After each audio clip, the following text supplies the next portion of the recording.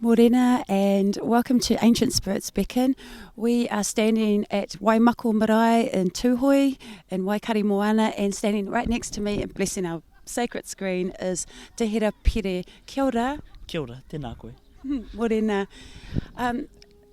This is a weekend, it's a celebration of Takurua-a-mere, and you're one of the key organisers of this event. Can you tell us about how this whole event came together? What was the seed of it? Okay. Well, first of all, I just want to go back. This event was actually created about 20 years ago.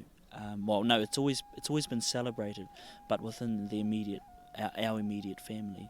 And about 20 years ago, 1999, when was it 20 years ago? I think so. Anyway, 1999 in the new millennium, we had opened it up. And so the whānau here from Waikaremoana have decided that they would like to share this special occasion with the wider community, and that's what we are here for and gathered here.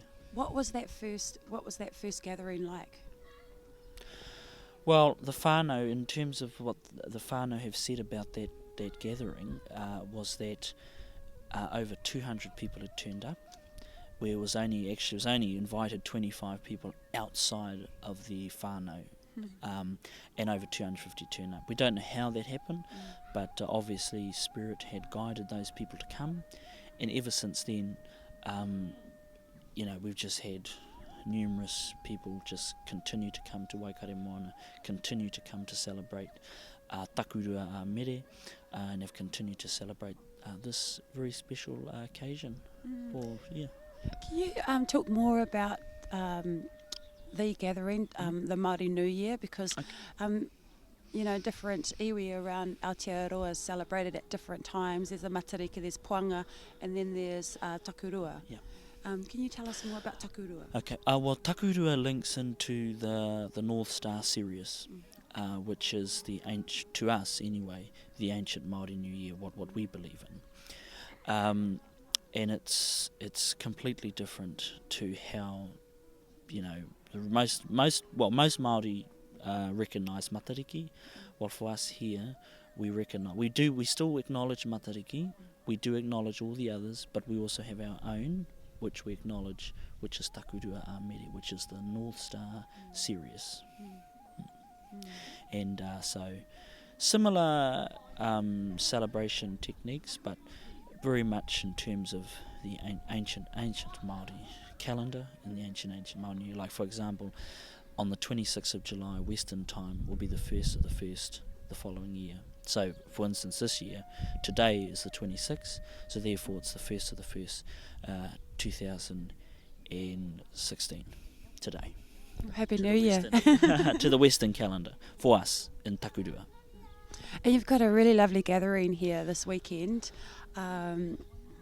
Myself, I'm new to the celebrations here and the gathering here, and it was really interesting when Fire Rose was talking about the actual New Year Eve, and then the void, the day of the void, or te kore, and then actually going into the New Year Day. Can you talk more about that? Well, what we're talking about, like in terms of the void, is the transition stage between New Year's Eve and New Year's Day. Now, because there is a lot of transitioning going on throughout that period, there's a lot of different energies coming in and out, and it sometimes can be a bit of a challenge moving through that void to the next year in terms of the Māori calendar. Yeah. Well, in a way, that's quite generous, really, because you're allowed that day to make that transition. And that's right.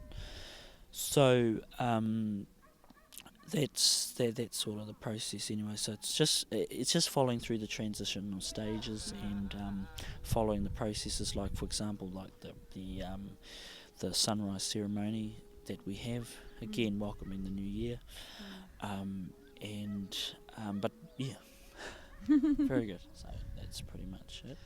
Are there any other cultures, Indigenous cultures around the world that mark the New Year according to this July 26th, or the rise of Sirius?